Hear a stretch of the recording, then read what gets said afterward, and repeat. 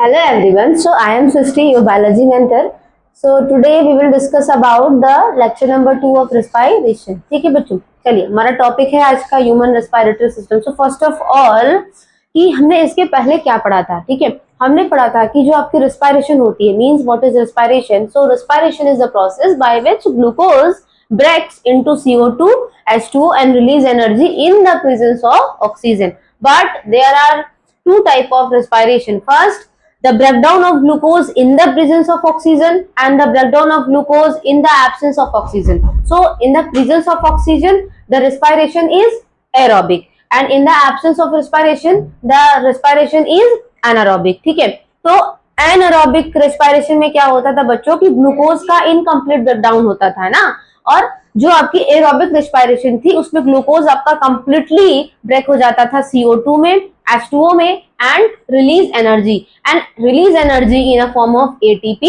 ठीक है, ATP क्या होती है, हमारे बॉडी की एनर्जी करेंसी होती है. मींस अगर हमारे बॉडी को कोई भी वर्क करना है, ठीक है, तो हमको एटीपी को क्या करना होगा, खर्च करना होगा. ATP full form is adenosine triphosphate. ठीक है, तो अब तक हमने पढ़ा था respiration and respiration it's type. ठीक है, अब हमको पढ़ना है कि हमारे अंदर रेस्पिरेटरी जो सिस्टम है जिसके वजह से रिस्पायरेशन हमारे बॉडी में होता है वो हम कैसे करते हैं. ठीक, चलिए तो हम डिस्कस करते हैं human respiratory system. So first of all की in the case of humans show aerobic respiration. Okay, human show aerobic respiration. चलिए ह्यूमन रेस्पिरेटरी सिस्टम पे आते हैं ना, तो फर्स्ट पार्ट जो हमारा होता है ह्यूमन रेस्पिरेटरी सिस्टम का दैट इज द नोज. बच्चों क्या होता है, नोज होता है. ठीक है, रेस्पिरेटरी सिस्टम का फर्स्ट पार्ट आपका नोज होता है.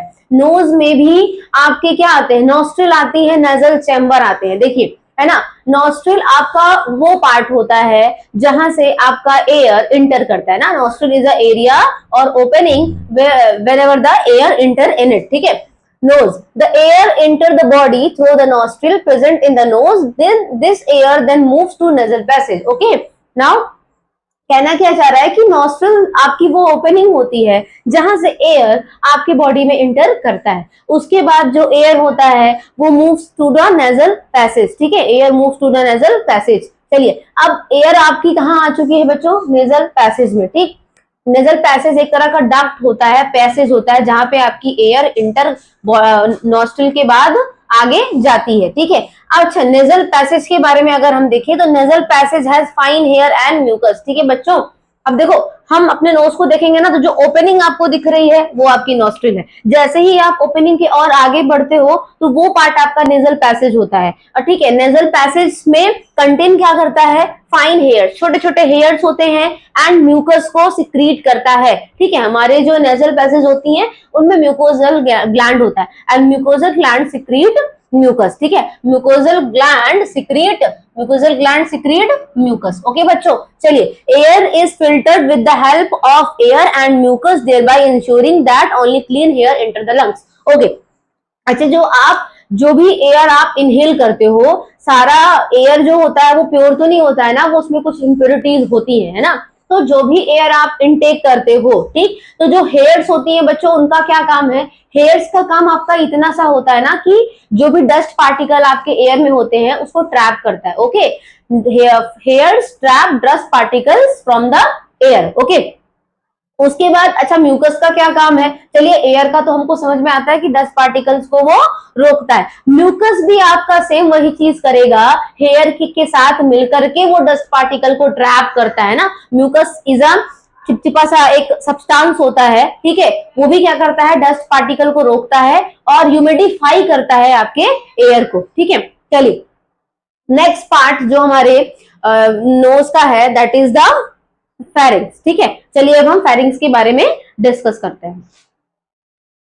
ठीक है, तो नेक्स्ट पार्ट हमारा क्या है, फेरिंग्स. ठीक है, चलिए डिस्कस करते हैं फेरिंग्स के बारे में. ठीक, the part of the throat between the nasal passage and the windpipe is known as pharynx. ठीक है, क्या कह रहा है कि ये जो हमारी थ्रोट होती है ना, तो थ्रोट का वो पार्ट जो nasal passage and windpipe is also known as trachea. ठीक है, ये जो हमारी ट्रैकिया होती है ना बच्चों, ठीक, ये जो ट्रैकिया है हमारी, ट्रैकिया और जो हमारा नेजल पैसेज है उनके बीच का जो पार्ट होता है वो क्या होता है, फेरिंग्स होता है. ठीक है, दैट इज फेरिंग्स. ठीक, the windpipe passes from the nasal passage to the trachea through the pharynx. कह रहा है कि आपकी जो एयर होती है जो अभी इस टाइम कहाँ पे है, नेजल पैसेज में, ठीक। अब ये जो नेजल पैसेज में एयर है ये आपके ट्रैकिया में किससे जाएगा, फेरिंग्स से होकर के ये आपके ट्रैकिया में जाएगा। आप थोड़ा सा फिगर को ध्यान से देखिएगा, ठीक है। ये हमारी क्या है, नॉस्ट्रिल, नॉस्ट्रिल से एयर आपकी कहाँ जा रही है बच्चों, नेजल पैसेज में जा रही है ना। अब एक चीज और सुनिए कि आपकी जो फेरिंग्स होती है ना, फेरिंग्स क्या होती है, common passage for food and air. Okay बच्चों, ठीक है। फेरिंग्स वो पार्ट होता है आपके रिस्पिरेटरी सिस्टम का जो कॉमन पैसेज होता है फूड एंड एयर के लिए, है ना। ये हमारी क्या है, बक्कल कैविटी। अब बक्कल कैविटी से जो फूड होगा और नेजल कैविटी से जो आपका एयर होगा, दोनों ही कहाँ कलेक्ट होंगे, दोनों कहाँ मिक्स होंगे बच्चों, फेरिंग्स में होते हैं ना। अब फेरिंग्स कॉमन एरिया होता है जहां आपका फूड एंड एयर दोनों स्टे करता है। उसके बाद फेरिंग्स आपकी डिवाइड हो जाती है into food pipe and wind pipe, ठीक है।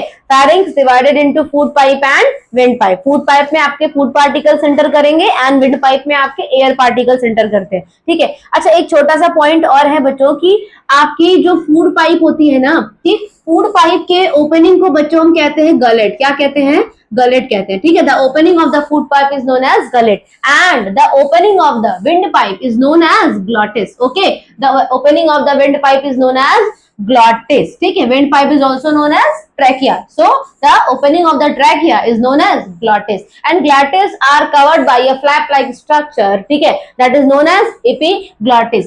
glottis is covered by a flap like structure known as epiglottis, ठीक है। अगर मैं ऐसे बताऊं तो आपकी अगर ये क्या है, आपकी अगर ये विंड पाइप है ना, तो विंड पाइप के ओपनिंग को हम क्या कह रहे हैं बच्चों, ग्लॉटिस। और ग्लॉटिस आपकी एक फ्लैप लाइक स्ट्रक्चर, ढक्कन ना, ऐसे ढक्कन होता है, ठीक है, ढक्कन से कवर होती है ना, फ्लैप लाइक स्ट्रक्चर से कवर होती है और इसको हम क्या कहते हैं, एपिग्लॉटिस। तो ठीक है, जब आपका फूड एंड एयर बोथ आपके फेरिंग्स में इंटर करता है, ठीक, उस टाइम पर क्या होता है बच्चों कि जब आपकी फूड पार्टिकल फूड पाइप में जा रही होती है ना, तो ये जो एपिग्लॉटिस है ना, ये बंद हो जाती है। एपिग्लॉटिस ग्लॉटिस को पूरी तरह से फुल्ली कवर्ड कर देता है ताकि फूड के पार्टिकल्स आपके विंड पाइप में ना जा पाए। अच्छा, इसीलिए कहते हैं ना कि खाना खाते समय हमको बोलना नहीं चाहिए। तो क्यों नहीं बोलना चाहिए, इसलिए, ठीक है। देखिए, ठीक है, फूड पार्टिकल जब आपकी फूड पाइप में एंटर करेंगे तो आपकी एपिग्लॉटिस बंद हो जाती है, प्रेशर की वजह से वो बंद हो जाती है और बंद होने से फूड के पार्टिकल विंड पाइप में इंटर नहीं करते हैं। ओके, चलिए, अब एयर हमारा कहाँ आ गया है, ट्रैकिया में आ गया है। तो चलिए हम थोड़ा सा ट्रैकिया के बारे में समझते हैं। तो our next part is trachea, ठीक है। तो चलिए हम ट्रैकिया के बारे में देखते हैं, ठीक। अब मैंने जैसे आपको बताया कि फेरिंग्स से जो आपकी एयर होती है वो कहाँ एंटर करती है, ट्रैकिया में, ठीक। ट्रैकिया के ओपनिंग को हम क्या बोलते हैं, ग्लॉटिस, ठीक। The opening of the trachea is known as glottis. Glottis is covered by the epiglottis. Okay. Trachea is also known as windpipe. बता दिया आपको. The air from the pharynx enter in the trachea. Okay. Trachea is a tube supported by a rings of cartilage. That's why trachea does not collapse when there is no air in it. Okay. क्या कह रहा है कि आपके trachea के पास, ठीक है, trachea है rings of cartilage, she shape की रिंग्स ऑफ कार्टिलेज होती है बच्चों। कौन सी शेप की, शी शेप की होती है। Rings of cartilage she shape की होती है, मींस कि आपकी जो रिंग्स ऑफ कार्टिलेज है ना, वो कंप्लीट रिंग नहीं होता है, इनकम्प्लीट रिंग होता है, ठीक है, आगे के साइड पर, ठीक है, स्टर्नम, ठीक है, आगे के साइड पर वो ही रिंग्स ऑफ कार्टिलेज होते हैं। अगर ट्रैकिया के आप पीछे जाओगे तो पीछे रिंग्स ऑफ कार्टिलेज नहीं होते। क्यों नहीं होते हैं बच्चों, इसका भी रीजन है ना, क्योंकि आपके ट्रैकिया के जस्ट पीछे बियर्न में आपका कौन होता है, फूड पाइप होता है। तो फूड पाइप में जब फूड पार्टिकल्स इंटर करते हैं तो हमारी जो फूड पाइप होती है ना, वो पेरिस्टाल्सिस मूवमेंट करती है ना, और due to peristalsis movement food particles goes from food pipe to stomach, ठीक है, फूड हमारा फूड पाइप टू स्टमक तक जाता है। तो जब पेरिस्टाल्सिस मूवमेंट होती है तो ट्रैकिया फूड पाइप जो आपकी होती है वो कॉन्ट्रैक्ट एंड रिलैक्स करती है ना, कॉन्ट्रैक्ट एंड रिलैक्स। तो कॉन्ट्रैक्ट रिलैक्स करने के लिए उसको थोड़ा सा अपने आप को एक्सपेंड करना होता है, सरफेस एरिया चाहिए होता है। तो अगर रिंग्स ऑफ कार्टिलेज पीछे भी होगा तो आपकी जो फूड पाइप है वो अपने आप को ये मूवमेंट नहीं कर रहे थे, मतलब ये जो पेरिस्टाल्सिस मूवमेंट होता है ना, ये अच्छे से नहीं हो पाएगा, इसमें उसको दिक्कत आता है, ठीक है। तो इस वजह से ट्रैकिया जो हमारी होती है, ट्रैकिया पर हाफ रिंग्स ऑफ कार्टिलेज होता है, इनकम्प्लीट होता है, सी शेप का, पीछे नहीं होती है, ठीक है। अच्छा, होती क्यों है? अगर trachea have rings of cartilage, so why trachea have rings of cartilage? तो उसका रीजन ये है कि रिंग्स ऑफ कार्टिलेज होने की वजह से जो ट्रैकिया है ना, ट्रैकिया में when there is no air in the trachea, trachea do not collapse, ठीक है। ट्रैकिया के अंदर जब एयर पार्टिकल्स नहीं होंगे तो आपकी ट्रैकिया कोलैप्स नहीं करेगी due to the rings of cartilage. Okay, now trachea divided into two parts, ठीक है। Trachea divided into two parts. The upper end of the trachea has a voice box called larynx. Okay, एक point आपका रह गया था कि आपकी जो ट्रैकिया होती है, ट्रैकिया की अपर एंड समझ रहे हो ना बच्चों? ट्रैकिया के अपर एंड पर एक वॉइस बॉक्स लगा होता है जिसका नाम है लैरिंक्स, ठीक है। Trachea have voice box called larynx, ठीक है। और लैरिंक्स क्या करता है? Larynx help in the sound production, larynx help in the sound production. कहाँ होता है बच्चों? Upper end of the trachea. Okay, चलिए अब आगे बढ़ते। Trachea divided into two parts, जो आपके दोनों लंग्स में गए होते हैं, ठीक है। आपके दोनों लंग्स में जो इंटर करते हैं वो पूरी ट्रैकिया नहीं करती, ट्रैकिया दो पार्ट्स में डिवाइड हो जाती है because our body has two lungs. Okay, चलिए अब आपकी ट्रैकिया डिवाइड कर गई और इस डिवाइडेशन को, इस डिवाइड हुए पार्ट को हम क्या कहते हैं बच्चों? ब्रोंकाई कहते हैं। क्या कहते हैं? ब्रोंकाई। दोनों को, मतलब अगर हम बोथ बोलेंगे तो बोथ को हम ब्रोंकाई कहेंगे, बट अगर हम सिंगुलर वर्ड की बात कर रहे हैं, सिंगल की बात कर रहे हैं, तो single is known as bronchus. Okay, single is known as bronchus. चलिए तो हम देखते हैं कि हमारी ब्रोंकिया क्या है। चलिए आगे बढ़ते। ओके, ठीक है, नाउ ब्रोंकाई। ओके, चलिए देखिए, the trachea runs down the neck and divide into the two smaller tube called bronchi, ठीक है। कह रहा है कि आपकी ट्रैकिया नेक के बियॉन्ड जाती है, नीचे जाती है, उसके बाद क्या होता है कि ट्रैकिया टू पार्ट में डिवाइड हो जाएगी एंड टू पार्ट्स को हम क्या बोलते हैं? ब्रोंकाई। और ब्रोंकाई ही आपकी वो पार्ट होती है जो आपकी इंटर लंग्स में इंटर करती है और लंग्स से आपकी connected, because trachea is not connected with the lungs, ठीक है। Bronchi is connected with the lungs. So चलिए अब नेक्स्ट, ठीक है।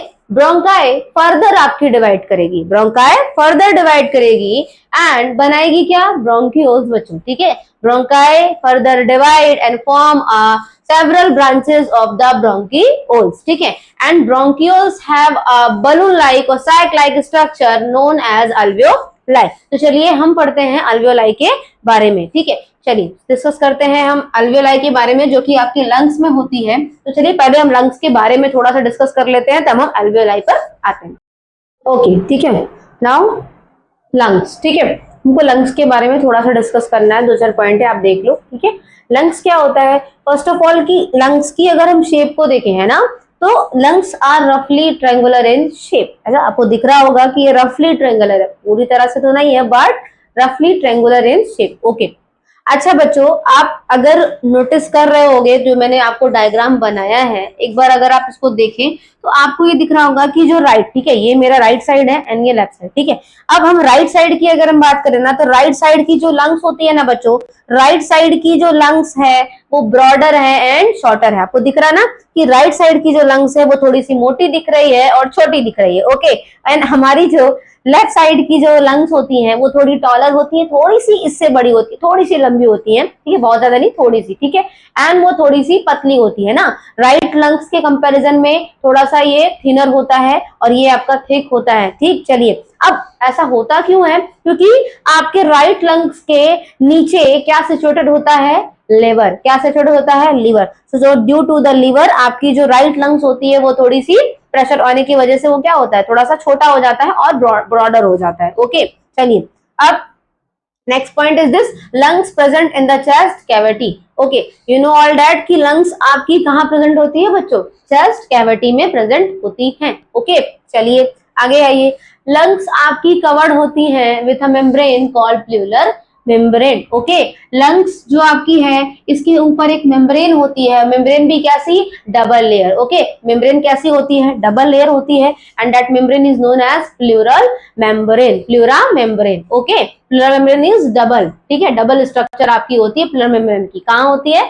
कवर्ड की होती है आपके लंग्स को, ताकि आपके लंग्स को वो प्रोटेक्ट कर सके। ठीक है, चलिए अब हम देखते हैं कि आपकी जो ब्रोंक्यूल्स है उसके ऊपर जो फर्दर डिवाइजेशन है ना, ब्रोंक्यूल्स पे छोटी छोटी एक एयर सैक लाइक स्ट्रक्चर, ठीक है, एयर सैक लाइक स्ट्रक्चर होती है जिसमें आपकी एयर जाकर के एक्चुअल में फिल होता है, दैट इज अल्वेओलाई। अब हम अल्वेओलाई के बारे में थोड़ा सा पढ़ते हैं। अभी हमको क्या पढ़ना है, अल्वेओलाई के बारे में। चलिए देखते हैं। तो अल्वेओलाई फर्स्ट ऑफ ऑल की आपकी एयर सैक लाइक स्ट्रक्चर होती है, आपकी एयर जो इंटर करता है ब्रोंक्यूल्स में, फिर वो जाता कहाँ है एक्चुअल में, आपके अल्वेओलाई में, अल्वेओलाई में जाकर के वो स्टोर होता है। अब वहां पर आपके एयर का होता क्या है बच्चों, आपको पता है कि अगर एयर आपके बॉडी में गया है, इट मींस एयर आपके में काफी सारे गैसेस होंगे ना, सिर्फ ऑक्सीजन तो होगा नहीं, बट हमें यहाँ किसकी बात करनी है, सिर्फ ऑक्सीजन की बात करनी है। चलिए देखिए, the gaseous exchange take place in the alveoli. ठीक है, तो गैसियस एक्सचेंज, आपको पता है कि हम रिस्पायरेशन की बात कर रहे हैं ना, तो रिस्पायरेशन की अगर हम बात कर रहे हैं, इट मींस हमको सिर्फ दो गैसेस से लेना देना है। फर्स्ट आपकी है ऑक्सीजन गैस एंड सेकंड आपकी है कार्बन डाइऑक्साइड गैस। ठीक, तो एक्सचेंज भी किसमें होगा, CO2 एंड O2 में, है ना। आपको पता है इनहेल कर रहे हो तो O2 को इन कर रहे हो एंड एक्सहेल कर रहे हो तो CO2 आपकी रिमूव हो रही है आउटसाइड द बॉडी। ओके, चलिए अब अगर अल्वेओलाई में स्टोर हुआ है तो क्या स्टोर हुआ है, oxygen gas. Okay, oxygen gas आपके अल्वेओलाई में आ गया। अब क्या होगा देखिए, the walls of alveoli are very thin. ठीक है, वॉल्स जो होती हैं अल्वेओलाई की वो बहुत ही थिन होती हैं, बहुत पतली होती हैं, और उनके सराउंडिंग में है ना बहुत ही पतली पतली कैपिलरीज, ब्लड की कैपिलरीज होती है। ठीक है, they are very small, high in number, they provide a large surface area when maximize the exchange of gases. Okay, देखो कह रहा है कि आपकी जो अल्वेओलाई है they are very small but large in the number, millions में होती हैं। आपकी एक लंग्स की अगर मैं बात करूं तो इसमें millions of alveoli are present in the one lungs. Okay, देखिए, अच्छा बहुत ज्यादा नंबर्स में होती हैं, छोटी होती हैं, लेकिन हमारे लंग्स को एक लार्ज सरफेस एरिया प्रोवाइड करती हैं। Alveoli provide a large surface area for easy exchange of gases. तो चलिए देखते हैं कि एक्सचेंज ऑफ गैसेस एक्चुअल में ब्रोंक्लाई में होता, सॉरी अल्वेओलाई में होता कैसे है। ठीक है, देखो देखो बच्चों ध्यान से थोड़ा सा देखिएगा कि ये हमारी क्या है, अल्वेओलाई। क्या है बच्चों, अल्वेओलाई। अल्वेओलाई में किसके मॉलिक्यूल प्रेजेंट हैं, O2 के। किसके बच्चों, O2 के। और ये आपकी क्या लगी है, ब्लड की कैपिलरीज, है ना, ये आपकी क्या है, ब्लड की कैपिलरीज है। अब ब्लड की कैपिलरीज में क्या है बच्चों, देखो अब जाहिर सी बात है, अच्छा आपने अगर अभी तो नहीं पढ़ा है, आपका नेक्स्ट चैप्टर यही है ट्रांसपोर्टेशन का। ठीक है, उसमें आप पढ़ोगे कि आपका जो डीऑक्सीनेटेड ब्लड होता है वो लंग्स के पास जाता है प्यूरिफाई होने के लिए, है ना, deoxygenated convert into the oxygenated near the lungs. तो वहां पे एक्चुअल में क्या हो रहा है कि जिसकी वजह से डीऑक्सीनेटेड ब्लड आपका ऑक्सीनेटेड में कन्वर्ट हो गया। ठीक है, तो देखिए ये आपकी क्या है, ब्लड की कैपिलरीज, एंड ब्लड की कैपिलरीज में किसकी कंसंट्रेशन ज्यादा है बच्चों, CO2 की। किसकी, CO2 की कंसंट्रेशन क्या है, हाई। और अभी आपके अल्वेओलाई में एयर इंटर किया है, तो अल्वेओलाई में कंसंट्रेशन किसकी हायर होगी, जब हम ब्रीथ इन करेंगे, सांस लेंगे, तो अल्वेओलाई में O2 की कंसंट्रेशन हाई है। ठीक है, O2 की कंसंट्रेशन क्या है, हाई, और ब्लड कैपिलरीज में O2 की कंसंट्रेशन क्या है, हाई। ऐसा तो नहीं है कि अल्वेओलाई में CO2 की अमाउंट बिल्कुल भी नहीं होगी, होगी। ठीक है, CO2 भी होगा, लेकिन CO2 का कंसंट्रेशन कैसा है अल्वेओलाई में, कम, है ना। CO2 concentration is very low in the alveoli, but in the blood capillaries CO2 concentration is very high. ठीक है, अब हम ब्लड कैपिलरीज को देखेंगे तो क्या यहाँ आपका देखो ऑक्सीनेटेड और डीऑक्सीनेटेड ब्लड की अगर हम बात करें ना, तो ऑक्सीनेटेड ब्लड में ऐसा नहीं है कि CO2 नहीं होगा, नहीं ऐसा नहीं है। ठीक है, इन ऑक्सीजनेटेड ब्लड CO2, ठीक है, CO2 concentration is very low but O2 concentration is very high, but in the case of deoxygenated CO2 concentration is very high and O2 concentration is very low. तो ये आपकी blood की capillaries है। ठीक है, इसमें अभी क्या है, डीऑक्सीनेटेड ब्लड। डीऑक्सीनेटेड ब्लड में CO2 की कंसंट्रेशन कैसा है, हाई, एंड O2 की कंसंट्रेशन कैसी है बच्चों, लो। O2 concentration is very low in the blood capillaries. अब इनके बीच में क्या होगा, ठीक है, एक्सचेंज होगा, किसका, गैसेस का। ओके, चलिए between the alveoli and blood की कैपिलरीज में एक्सचेंज होगा। ठीक है, किसका, O2 का एंड CO2 का। तो ये जो एक्सचेंज होता है ये किस प्रोसेस से होता है, तो bye the process of diffusion, bye the process of diffusion. Okay, चलिए अब एल्वेलाई एंड ब्लड कैपिलरीज के बीच में डिफ्यूजन होगा। कैसे, देखो बच्चों आपने पढ़ा है कि diffusion is a process by which a particle move from higher concentration to lower concentration. Once I repeat कि diffusion is a process in which a particle or a substance move from higher concentration to lower concentration. Okay, चलिए तो अभी इस time आपके अल्वेलाई में O2 की concentration क्या है, हाई। क्या है, हाई। तो आपकी जो O2 है वो, और आपकी ब्लड कैपिलरीज में क्या है, O2 की कंसेंट्रेशन लो। तो O2 comes in the या inter in the blood capillaries. ठीक है, O2 क्या होगा, आपके ब्लड कैपिलरीज में इंटर करेगा। ठीक है, O2 enter in the blood capillaries by the process of diffusion। ठीक है, अब जैसी प्रोसेस इसने की है कि O2 की कंसंट्रेशन ज्यादा थी अल्वेलाई में, तो O2 आपका डिफ्यूज करके ब्लड कैपिलरीज में आ गया। ठीक, अब ब्लड कैपिलरीज में CO2 का अमाउंट क्या है, हाई है, कंसंट्रेशन हाई है, तो CO2 भी कहां एंटर कर जाएगा, अल्वेओलाई में। कहां एंटर करेगा, अल्वेओलाई में। तो जब आप इनहेल करते हो O2 की कंसंट्रेशन ज्यादा, तो डिफ्यूजन प्रोसेस से O2 ब्लड कैपिलरीज में, एंड ब्लड कैपिलरीज इसको पूरे होल बॉडी में ट्रांसपोर्ट कराएगा। ठीक है, अब सुनिए, ठीक है, O2 सॉरी, अल्वेलाई डिफ्यूजन के प्रोसेस से O2 कहां गया, ब्लड कैपिलरीज में। अब ब्लड है तो ब्लड पूरे होल बॉडी में O2 की ट्रांसपोर्ट कराएगा। अब CO2 की कंसंट्रेशन क्या थी, हाई थी। CO2 goes into the alveoli by the process of diffusion। अब alveoli क्या करेगा, जो CO2 है उसके लिए एज अ वेस्ट मटेरियल है ना, act as a waste material. तो ये वेस्ट मटेरियल बॉडी से बाहर कर देगा by the process of excretion, by the process of excretion. ठीक है बच्चों, तो इतना आपका था ह्यूमन रेस्पिरेटरी सिस्टम के बारे में। नेक्स्ट जो लास्ट पार्ट है वो आपका है डायाफ्राम। ठीक है, डायाफ्राम के बारे में चलिए हम थोड़ा सा देख लेते हैं, उसके बाद हम एक बार रिकॉल कर लेंगे फटाफट। चलिए ठीक है, तो हमारे ह्यूमन रेस्पिरेटरी सिस्टम का जो सबसे लास्ट पार्ट है दैट इज डायाफ्राम। ठीक है, एक्चुअल में अगर हम डायाफ्राम को देखें ना बच्चों, तो डायाफ्राम आपकी प्योरली मस्कुलर ऑर्गन है। ठीक है, और ये वो पार्ट होता है that separate the chest cavity to the abdominal cavity. ठीक है, up to lungs it is a chest cavity, but नीचे लंग्स के नीचे आपकी क्या हो जाएगी, एब्डोमिनल कैविटी स्टार्ट हो जाएगी, जिसमें आपकी stomach, liver, gall bladder, pancreas ये सारी सिचुएटेड होती है। तो वो आपकी एब्डोमिनल कैविटी है। तो चेस्ट कैविटी को, एब्डोमिनल कैविटी को सेपरेट करने का काम आपका डायाफ्राम करता है, purely muscular. Okay, now second point is when we breathe in the diaphragm contract due to which chest cavity expand and O2 is inhaled। कह रहा है कि जब आप इनहेलेशन करते हो, ब्रीथ इन करते हो, तो आपकी डायफ्राम कॉन्ट्रैक्ट करती है, ड्यू टू विच आपकी जो चेस्ट कैविटी है ना बच्चों वो एक्सपांड कर जाएगी। मींस लंग्स में वॉल्यूम क्या हो जाएगा, इंक्रीज होगा, लंग्स में वॉल्यूम इंक्रीज हो जाएगा, और आपकी जो O2 है वो लंग्स में इंटर कर जाएगी। ठीक है, अब एक्सलेशन में क्या होगा, एक्सलेशन के वक्त आपकी जो डायफ्राम होगी ना बच्चों वो रिलैक्स करेगी। ठीक है, डायफ्राम रिलैक्स करेगी। उसके बाद अगर डायफ्राम रिलैक्स कर रही है तो चेस्ट कैविटी क्या करेगी, कॉन्ट्रैक्ट करेगी, चेस्ट कैविटी कॉन्ट्रैक्ट करेगी, जिसकी वजह से लंग्स में जो वॉल्यूम होगा वो डिक्रीज होगा and CO2 will be remove out, CO2 will be remove out. Okay, चलिए तो सिंपल सा था कि जब आप इनहेलेशन करते हो तो डायफ्राम कॉन्ट्रैक्ट करता है, जब आप एक्सहेलेशन करते हो तो डायफ्राम रिलैक्स करता है। डायफ्राम की शेप नॉर्मली होती कैसी है, डोम शेप की। कैसी, डोम शेप की। ठीक है, डोम शेप की आपकी डायफ्राम की शेप होती। चलिए फटाफट से हम एक बार सारी चीजें रिकॉल कर लेते हैं, फिर सेशन को एंड करते हैं। ठीक है, तो फर्स्ट पार्ट आपका क्या है बच्चों, nostril from which air into the nasal passage. अब नेजल पैसेज में एयर एंटर कर गया, then goes to the pharynx. Pharynx is the common area for food and air, pharynx is the common area for food and air. Okay, now down the pharynx are divided into two parts. First part is food pipe, second part is windpipe, that is also known as trachea.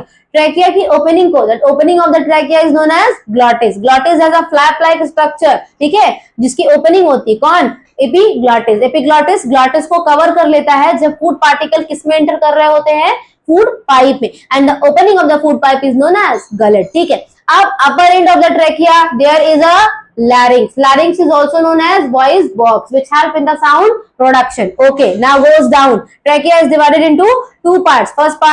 Sorry, trachea is divided into two parts, ठीक है, और वो दो parts आपके क्या बोलते हैं उसको हम, ब्रोंकाई, ठीक है, सिंगुलर वर्ड ब्रोंकस, दोनों को ब्रोंकाई, एक को ब्रोंकस, और वो यही ब्रोंकाई ही वो पार्ट होती है जो आपके लंग्स में इंटर करता है, ओके, जो आपके लंग्स में इंटर करता है। नाउ ब्रोंकाई फर्दर डिवाइड, ठीक है, further divide and form a bronchioles, ठीक है, ब्रोंकियोल्स आपकी ब्रोंकियोल्स के पास एक एयर सैक लाइक स्ट्रक्चर होते हैं, that structure is known as alveoli, and alveoli is the main site for exchange of gases, that O2 and CO2, ठीक है, alveoli provide a surface area for exchange of gases, means actual में exchange of gases आपके lungs में कहाँ होता है, alveoli में होता है, ठीक है, alveoli में bye the process of diffusion, ठीक है, ब्लड कैपिलरीज से वो एक्सचेंज करेगा गैसेस की। अब नाउ ये जो आपकी लंग्स है, राइट लंग्स आपकी ब्रॉडर होती है, शॉर्टर होती है, ड्यू टू क्योंकि इसके नीचे क्या सिचुएटेड है, लिवर, राइट, लेफ्ट लंग्स जो आपकी होती हैं वो टॉल होती है, थोड़ी सी बड़ी होती है और थोड़ी सी पतली होती है compare to right lungs, okay. Now, trachea have a rings of cartilage, but incomplete rings of cartilage. क्यों? क्योंकि इसके पीछे आपकी क्या सिचुएटेड है, फूड पाइप, और फूड पाइप को क्या करना होता है, पेरिस्टालसिस मूवमेंट, एक्सपांड करना होगा, और अगर रिंग्स ऑफ कार्टिलेज पूरी होगी तो वो एक्सपांड नहीं कर पाएगा, ठीक है, इसी वजह से यहाँ पे रिंग्स ऑफ कार्टिलेज हाफ होती है, सी शेप्ड की होती है, ठीक। चलिए अब लास्ट जो पार्ट है वो आपका क्या है बच्चों, डायाफ्राम, ठीक है, डायाफ्राम आपका चेस्ट कैविटी को एब्डोमिनल कैविटी से अलग करता है, मस्कुलर होता है, जब आप इनहेलेशन करते हो तो डायाफ्राम कॉन्ट्रैक्ट करेगा, जब आप एक्सहेलेशन करते हो तो डायाफ्राम आपका रिलैक्स करेगा। Now we have to end the session, ठीक है, तो thank you so much, keep watching, okay.